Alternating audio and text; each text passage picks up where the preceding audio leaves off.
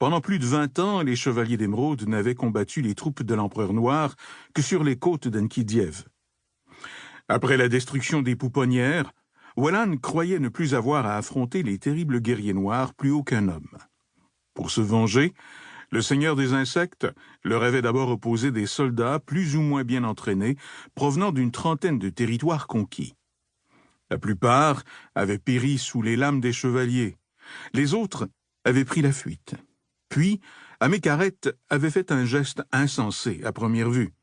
Il avait fait débarquer sur le continent une curieuse race de scarabées brunâtres. Ces fantassins n'avaient aucune cohésion.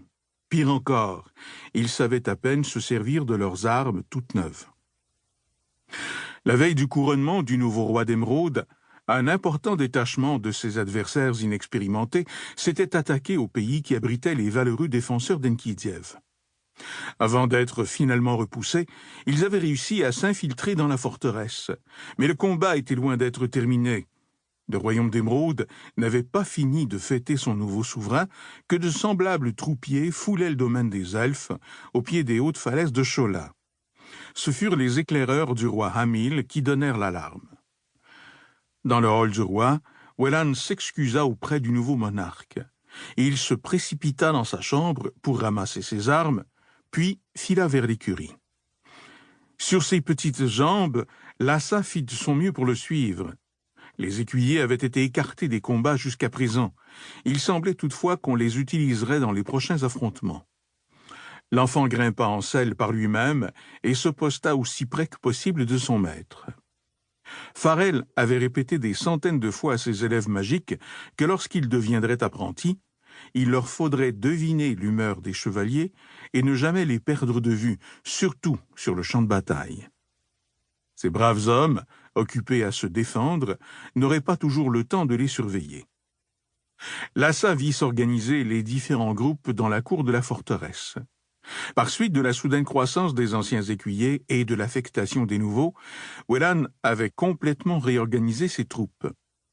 Jason commandait désormais les chevaliers Alycène, Amax, Ariane, Botsi, Brannock, Corbin, Dinelt, Fabrice, Fossel, Joslov, Kira, Koshoff, Madière, Nelson, Félan, Sage, Yamina et Yansi, ainsi que leurs écuyers Nikolai, Vassilios, Shuhei, Odélie, Zoran, Nova, Norikov, Brit, Edessa, Rioun, Ranaïel, Keiko, Philan, Jacob, Noah, Jack, Cassidé, Emiliane et Tommaso, ainsi que le capitaine Cardet.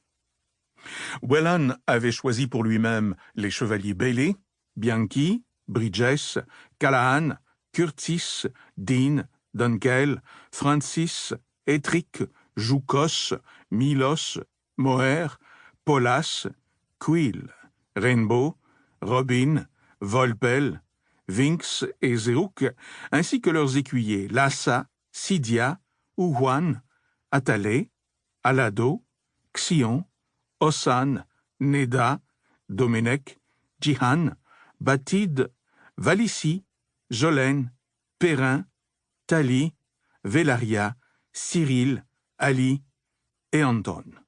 Pour continuer à écouter ce livre audio gratuitement, cliquez sur le lien dans la description et vous pourrez l'écouter en entier sans frais grâce à l'essai de 30 jours d'Audible.